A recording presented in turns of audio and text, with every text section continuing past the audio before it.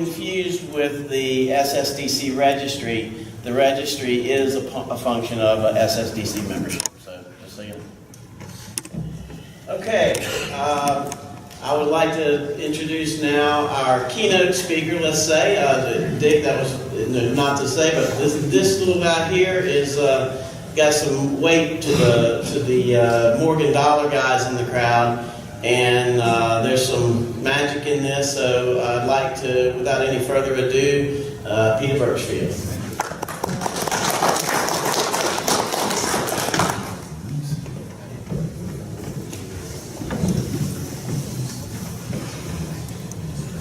Well, first of all, I want to introduce somebody who's I've become very good friends with. I was introduced to right after the ANA by John Onkert. Right after the ANA in Philadelphia. With me today is David McCarthy.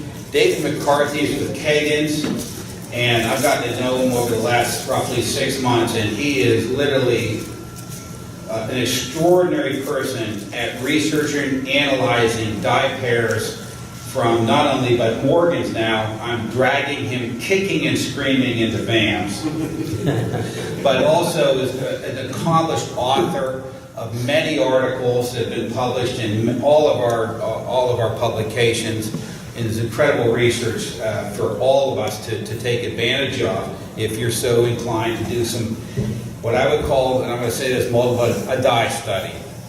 He's published many articles. He's also worked with Smithsonian. He's worked with the mints to help them find out what is in their collection and try to conserve and find out what's going on with the colonials, as an example. He's literally just an expert in the colonials. But again, I'm sneaking him, I'm dragging him into the vortex of VAMs. My name is Pete Burchfield. Just a quick background. I finished the Morgan Dollar collection probably 10 to 12 years ago now. And so I got them all. I was pretty highly ranked in that set. And then I sort of like put them aside and really didn't know what to do with them. And then 9 years ago now, actually this month, I destroyed my left knee skiing. I was non-weight bearing on crutches for 13, 14 weeks. My wife was just about to give me the little white pill to finish me off. And I was stumbling around on my computer, and I ran into this thing called VAM World. Dun, dun, dun. Dun, dun, dun. So anyway, I got my wife to go get my entire collection out of the safe in the bank, and I sat there for 5 days, and I VAM'd every single one of the 96 VAMs or Morgans that I had, and I only probably figured out maybe 10.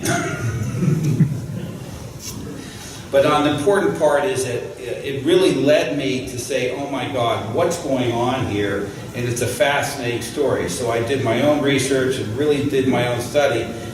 And so then I started, doing the 100s, the 50s, and the 40s, and trying to get the best I possibly could, or try to figure it out.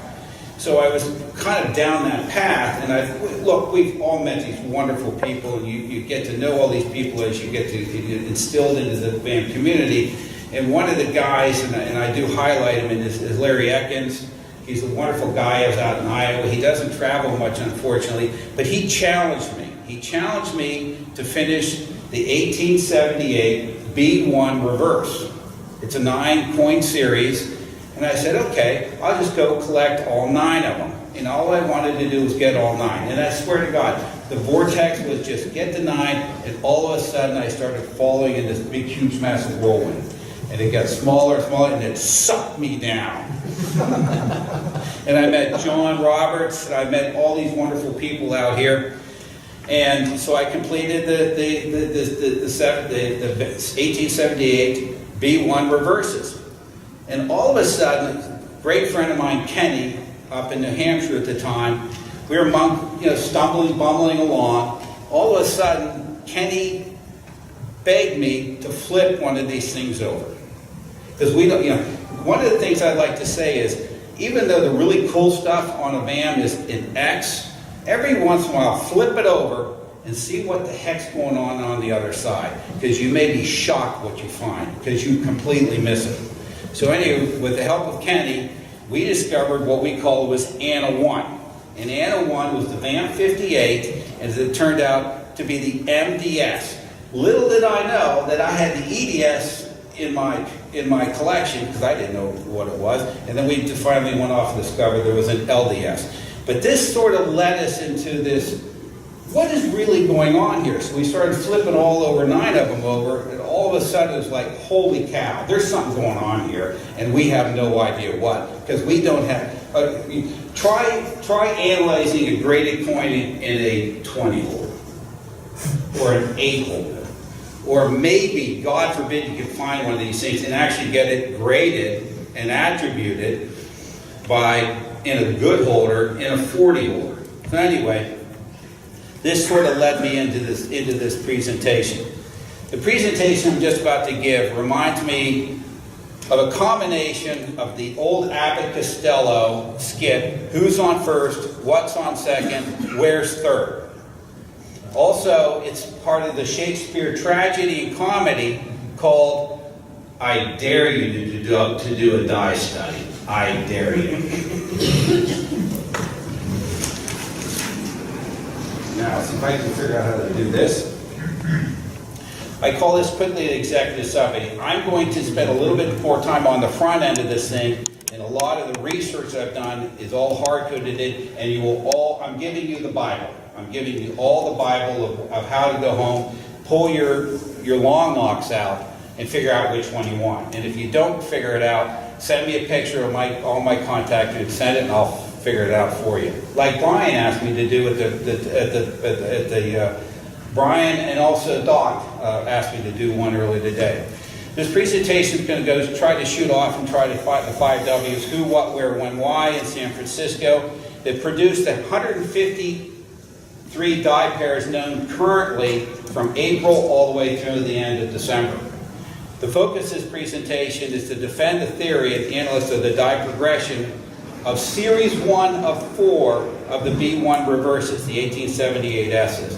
This defense will bleed into what the hell happened after the B2s, or the first die pairs of the B2s arrived from Philadelphia later in the year. And again, I think there's what I would call, this is a play, and I swear to God this is a play. There's really 6 key people involved, and if you flip, if I can figure out how to flip, let me just hit the 5 key people. I'll call these the 6 actors of this play, and it's actually a 4-part play that I'm about to share with you. And a lot of this, I'd like to say right up front is, I'm the Costello of this play, okay? David is the Abbott of this play, all right? So I'm the Costello. All I'm doing is looking to find out, I'm going to follow what the coins tell me, and thank God for David, because he has the literature and the research in the background to go to the San Francisco Mint, because they're out of San Francisco to get the paperwork and documents behind this. And David is going to share some of this document and paperwork in an article that he's currently writing. So again, I'm dragging you and kicking and screaming into the damn world. All right, the key actors here, okay, there's Henry Dodge. Henry Dodge is the superintendent of the San Francisco Mint. Okay, there's a mysterious intern worker, and I'm going to go a little bit deeper. There's actually 2 people in one on the mysterious intern worker. You have an older person, an older worker, who was solely responsible for doing the preparing of all the dies that arrived in San Francisco, for the dollars, the gold, the silver, to mint all the coinage. He had an intern. I'll call him the intern or novice behind him, but he was not trained. The third person in this play is Henry Linderman. He's the supervisor of mints. I'd actually like to reverse this, okay? He's actually the collector of SPs, and on his day job, he was superintendent of all mints. So he loved collecting SPs or special strikes. J. Gus Burt and his 9 dignitaries were present when the very first B1 was minted on the 17th of April at 3 o'clock. Frederick Lowe was the governor of California at the time. We don't believe he was at that meeting, at that dignitaries at the very first B1 minting of the, or what turned out to be the VAM 60. And then there's another person who just on this play is a gentleman named Samuel Damon. He was a partner at Bishop and Company Bank in Honolulu. I'll get to him in a moment. So,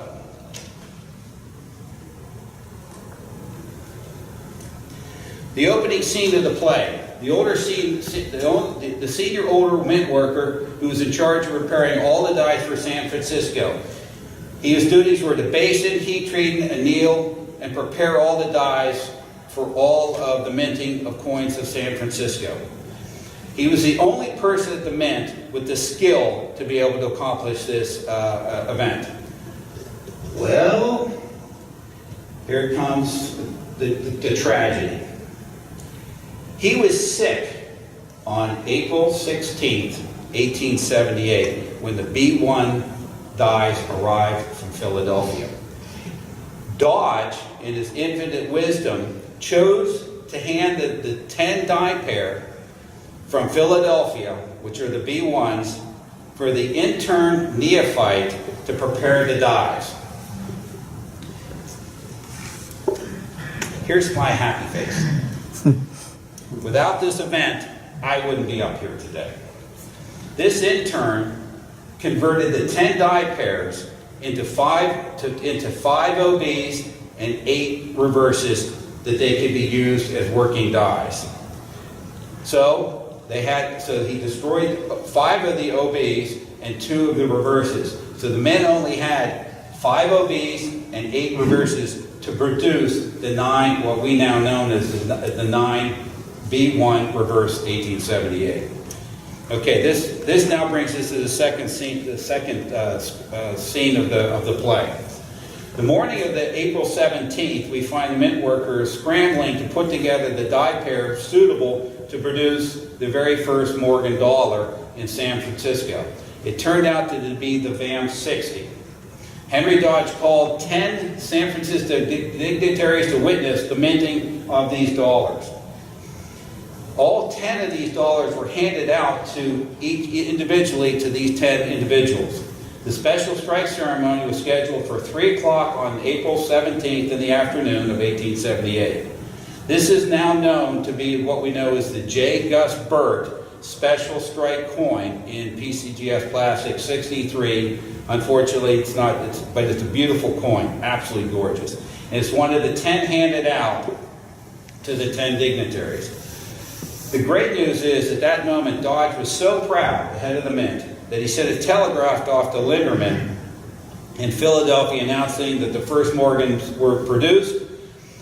And then the mint workers went on to produce 1,000 VAM 60s and the reverse, less than 1,000 of VAM 60s, and the reverse broke. Again, this all goes back to the novice intern of poorly annealing, hardening, and preparing these dies. And we can see on the dies later in the presentation the cracks that developed on the reverse of the VAM 60, which eventually broke apart the reverse. They went on to produce in this series, I guess I'll quickly flip here. Again, here's some of the key attributes. I probably should put this up. 10 die pairs. April 16th, that's a key date there, when they arrived from Philadelphia. How many working die pairs worked? The first special strike was the 17th. The J. Gus Burt piece was came out of that from April 17th. And then there was, let me just hold the last bullet to the end of the play. I want to talk about that a little bit. So anyway, the mint. And I'll just flip forward, but I'm going to come back in a minute. The mint, this is the very first series produced out of the series. Wait a minute. Stands for. Bud Ugly? Yeah.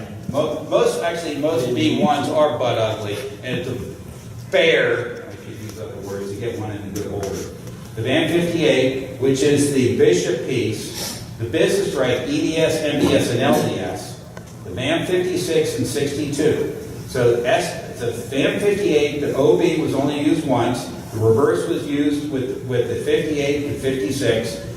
The OB of 56 and 62 are identical, and the VAM 62 reverse is out there by itself. So obviously it blew apart. The VAM 27 is 27A came first and 27 came second. Brian Raines figured that out, and I want to thank him for that. And then one of my other favorite series is obviously the 72, because the 72 is obviously an extremely rare bird. The VAM 59, and then the 72, the 59, I call it the 1I, the 18 and 18A, which are the spaghetti wings. They all use the same OB. So the B1, the only identified known use of the B1s to survive into the B2s, came out of this series. And each one of these has its own different reverse. If you haven't seen a spaghetti wing, it is really cool. Okay, again, this is for you. This is going to be published. It's going to be up on Van World. We're going to incorporate a lot of this detail in Van World and an article that we're writing so that you can get a copy of it. But the goal here is just to kind of give you an idea. All the 60s, 27s, and the 60s, 57s, and 26 all have a chip right next to L. So you can, even if you have a low-grade coin, you can figure out which one is which. These key attributes, circles, are predominantly for die study. If you have a high-grade one, they will come out, but at least you'll know which one you have. You can also see the S mark is a little bit left and a little bit high. Okay, the business strike, the cracks are really starting to come out on the reverse in the business strike, so that the reverse blew apart with less than 1,000 made. Okay, then the reverse broke apart, so they still use the OB of the 60, but they married it with a new reverse, and that's called the VAM 57 Type 1. The key 57 Type 1, there is no crack above space, and that's the one that I saw at Brian's desk earlier today. Type 2, all of a sudden there's a die crack. Again, these dies, they're trying to keep them together. This thing is there's a major crack over the top of S, and there's a massive polish line between U and S in trust, and the die cracks. Then, I apologize, even me, after all these years trying to get high-grade examples of what's out there, I can own, my highest grade VAM 57 Type 3 is in a 35. That's the highest grade I can find. So then we go on, then they married the VAM 26 series together, same OB. These are key lines to show us attributes of die progression. It's actually starting to crack, but very lightly in these particular areas.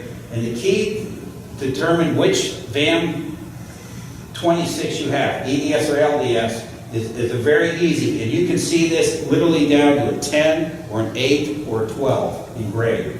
If there's a die chip at 5 o'clock next to the star on the left, then it's the LDS. If there's no die chip, it's the EDS version. So you'll be able to tell what you have. Here, the die chip is right here. Okay, and then the massive cracks on the LDS and the polishing lines are really coming into play here on die study. Then they remarried the VAM 57 into what we call 4 and 5 remarriage.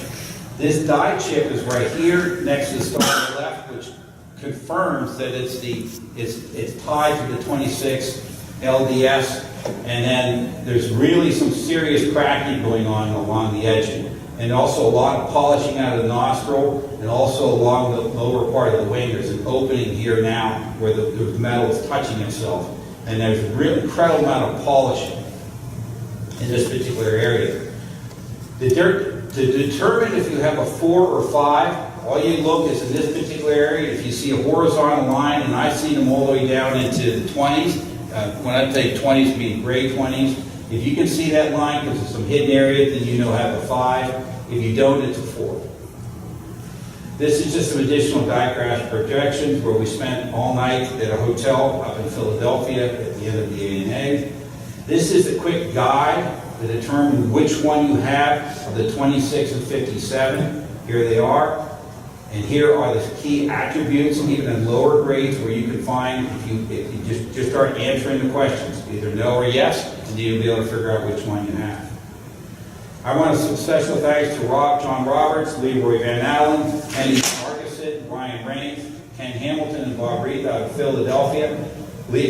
Larry challenging me to get involved with the V1s. Obviously, John Barngrave and Russ James for helping me put this presentation together and keeping me somewhat on track and somewhat insane as I'm trying to accomplish this. With that, I'd like to open it for questions. Here's my address, my email, my phone numbers.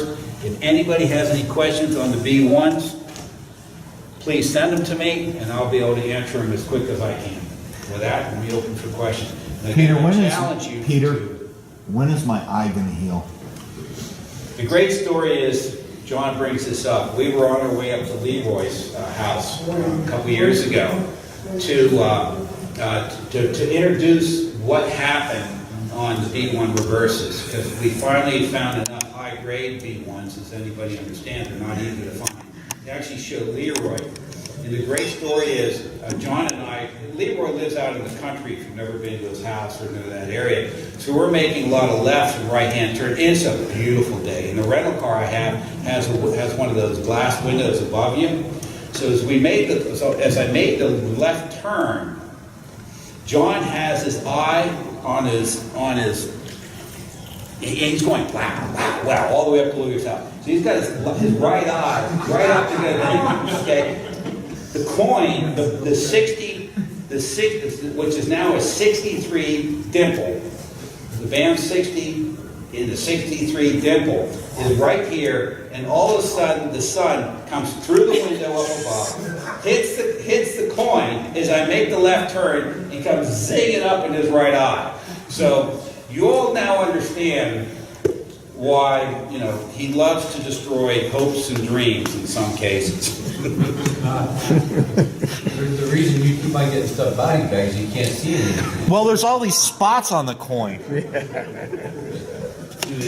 this has been a lot of Yes. fun. And again, when I stepped into this, I had no idea that I would be sitting in front of your podium. And I want to thank the Mint Director, Dodge, for obviously not rehiring the individual who's in charge of doing all the dies and preparing all the dies. And thank God he was sick in bed the day that the B1s arrived in San Francisco on the 16th of April. If you have the photograph of the dot or the chip by the star on the PowerPoint or on the thing, that is It can be blown up. the single image that we put on the flash drive. Yeah, the one that's there, the regular photograph. It should be the second JPEG. There's two chips I want to... Yeah. The chip when you talk about the late die state or the early die state. Oh, That's not it though, right? No, it's on the flash drive. It should be on the computer. All right, let's go back and look here. Which one is big? It's like this guy, right? Oh, he does? Okay. The 57 then. Oh, the 4 and 5 have it. 5 have So it. if you blow that up, Yeah, you can blow it up, yeah. Okay. There you go. Okay. VAM 26, LDS, VAM 57 Type 4, and VAM 57 Type 5 all have this chip. Right. This second star on the left at 5 o'clock. Okay? And then go to the other, The other images? there's one other image. Oh, here it is, okay. This is to tell you whether you have a 60, 57, or 26. See L? See that chip? I mean, even down in 10s, 8s, and 4s, you can seal steel. As long as there's some rim, you can see that chip. So you know, okay, you now broken your long knocks from 9 down to 3. So now, if you have that chip, then you know what it is. Now you flip it over and say, okay, which one I got? All the way to the right, 26. In the middle, 57. Anything to the left, 60. Very simple. Boom. Baby. Yeah. This is still progressing. I mean, we're still digging into this. There's still more to be found in this area. We believe there's a couple other little yings and yangs out there. Again, we know of 557 so far. Maybe there's another one, but again, we still have to wait for a high grade 57. Typically, you need to have it in at least middle of AU or a little bit better. Or if you can get it in AU, then we can start to do a dye study. And the goal is, as I always say, is if once we find one and we can get another to confirm what we're seeing, then we're on to something. And that's what's taken us literally 6 to 8 years to figure it out, as Kenny understands, because literally, and John understands, just sitting there pounding through these things until a second example shows up so you can compare it to the first example that you have. It doesn't matter if it's a 72, a 26, or the 57.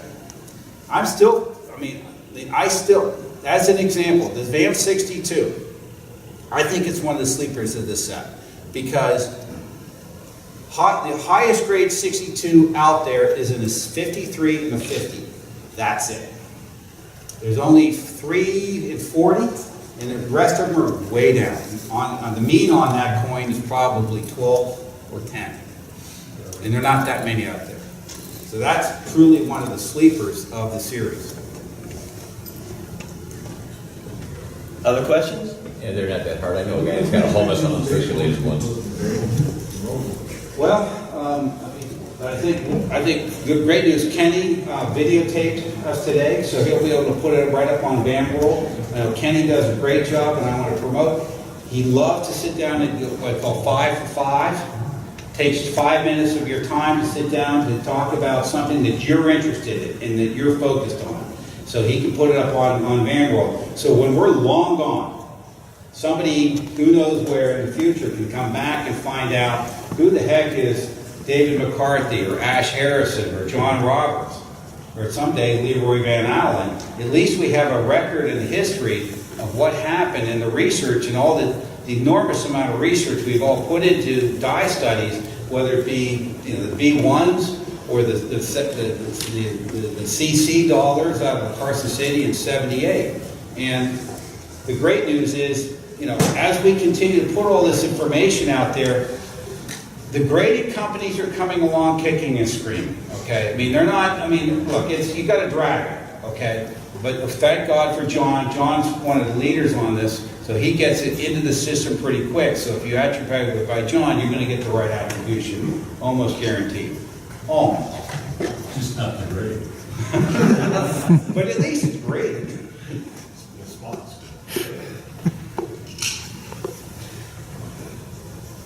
I'd like to make a comment. Yes, Lou. That you and I have talked about that San Francisco, one of their intents after amenities Senator has taught was to get them into circulation right away. They did a good job of that. They did. Right. They wanted to.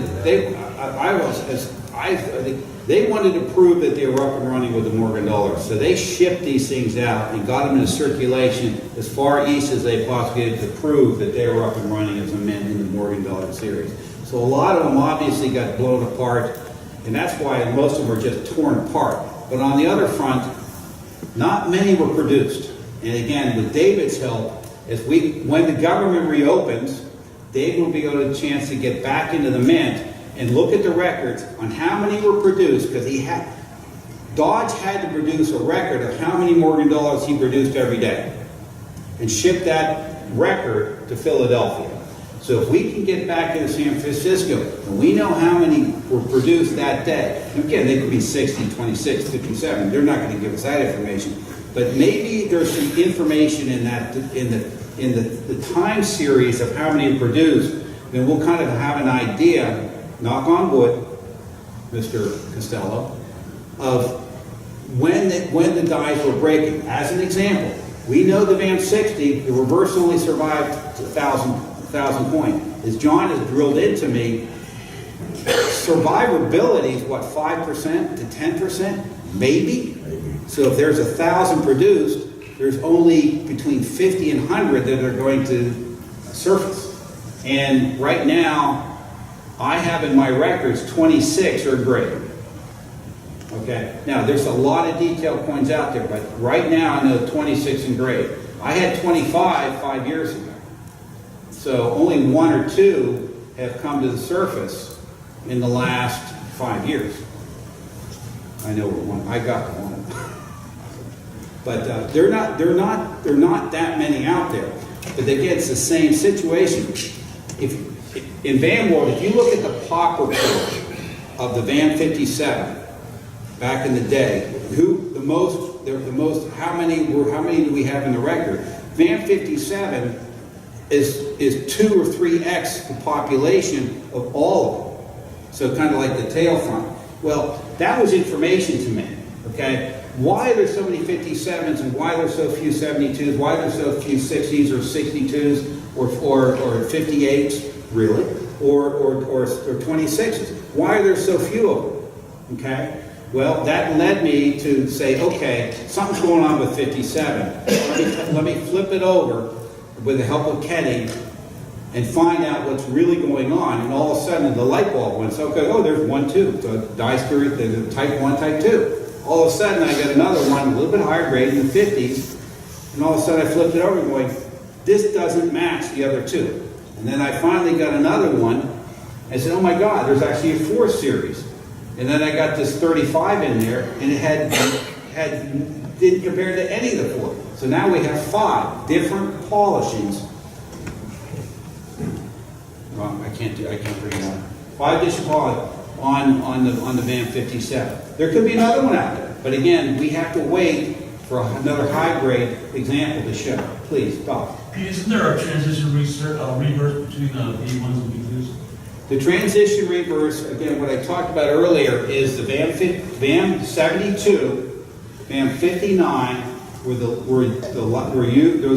are part of the original B1 dies that came in first to San Francisco. The first use of B2s, and again, I apologize on my nomenclature, I call it the 1I. There's now 7 known.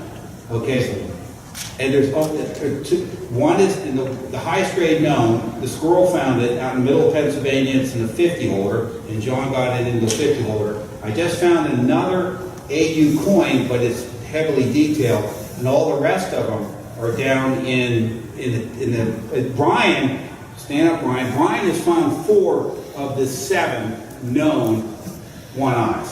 I don't know why you say you call it a 1. It's It's a 1I. No, we're talking about the die pairs. Oh, you have okay. listed die pairs. Well, I was told that I thought I It's had different 1I. Ignore that. Okay, I thought I had misspoke on the outline of what a 1I is. Okay, so No, the VAM number is correct. It was on Okay. the little thing in the little no. presentation. So- There's a place in there. It talks about the 1, 1, 2, 3 die. We're talking about obverse Roman numeral 2, 23. That's the obverse that we're talking about by Leroy's nomenclature. And then there was another place where we talked about another one, and it was the 1I in your book. And Yes. it was actually the Roman numeral I-1 die. You'll see it in your presentation. It's very minute. Don't even worry about it. If you have any question, come to us later. we're still chasing that story, but it was all believed, and when I first started down this die study, we all believed that the VAM 18 spaghetti ring, and there's actually 2 variations of that, and this guy named Russ James who figured that out for me. I remember the call coming in. There's actually 2 variations of 18. We actually thought that was the very first use of the B2 reverses. And then Brian found the 1I, and I remember the VAM post, he goes, holy cow, look at this eye spike in the eye, which is And once you see the eye spike, as Kenny understands, you know you're either 59, and now it's a 50, the band 59, which has a spike coming out of the eye. And again, I wasn't going to go into that much detail in this presentation. And that spike also carries forward into the one eye. And then we blend into the 18, which has a spike in the eye also. So. I'm actually going to answer Doc's question for him. The outline of the knot. Yeah, that actually is on 78cc. What wasn't really well understood is the way the nomenclature is written is that there are two separate hubs as B1 and B2. They're not separate hubs. These are hub stages. It's not like there's a short knock and a long knock. The knock broke off and they did nothing about it. But that was in Philly. Yeah, but they all come from Philly. Right. The dies are made in Philly. It is a hub stage. B1 is early, has the long knock, it breaks off, and then you begin to have B2s. Early B2s have an intact G of God. And then shortly after the hub, you get the hub break to get that short knock, then the G breaks, and most of your B2s have a partially open G in God. But your really early ones, like my 78cc VAM 13, it still has the outline of the knock on it, and the one eye, the 18 and 18A, they all have intact G of God. So those are early B2 dies from that hub. There's also some from Philly that are early B2s. The other ones come later, and then the R and Trust breaks, and those are all late. I believe the second use of the B2 was after the next, when the train arrived in San Francisco or came around the Horn and got the next round of B2s in there. I believe, and I can't prove it yet, but something again, I'm going to I'm going to keep looking at it. I believe the very first use of the B2s independently of the B1s was the 111, the 22, the 77, and the 106. Which is 111 and the 77 are rare birds, okay? The 22, as Lou and I sat down earlier, there's an EDS, an MDS, and an LDS is a 22. We hammered that out earlier yesterday.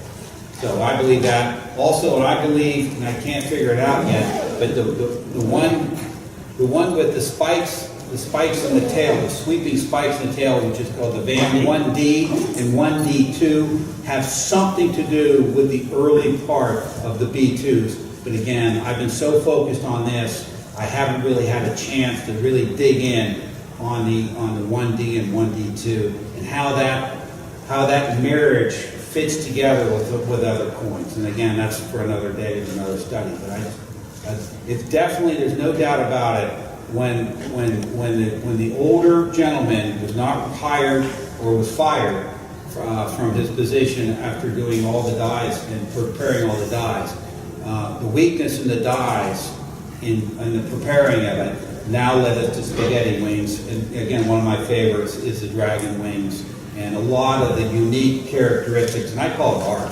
I swear to God, and I've said this to many people, I believe the San Francisco Mint, they put their mark, they put their fingertip on a lot of these early DB1s as they were trying to fix the dies that produce coins, and they were able to leave their little calling card on it, saying whether it be the spaghetti wing or the 5 or 6 different dragon wing varieties or the re-engraved wing right along the side of the bodies. And then somewhere near the end of 1878, they obviously got their act together, and there weren't as many uniqueness characteristics coming out. Okay, guys, I need to wrap this up, and thank you so much for Thank you so much. Of why 1878S has so many different varieties coming out of that year, because they only had less than 9 months to produce 158 different varieties, or die pairings matching. I'm going to segue. I'm going to segue right into the awards. That's just part of this set presentation. And since you're up here, Pete, I want you to go ahead and see this. The 2019 Terry Armstrong Memorial Award goes to Peter Burchfield for outstanding efforts in the 1878 Bible.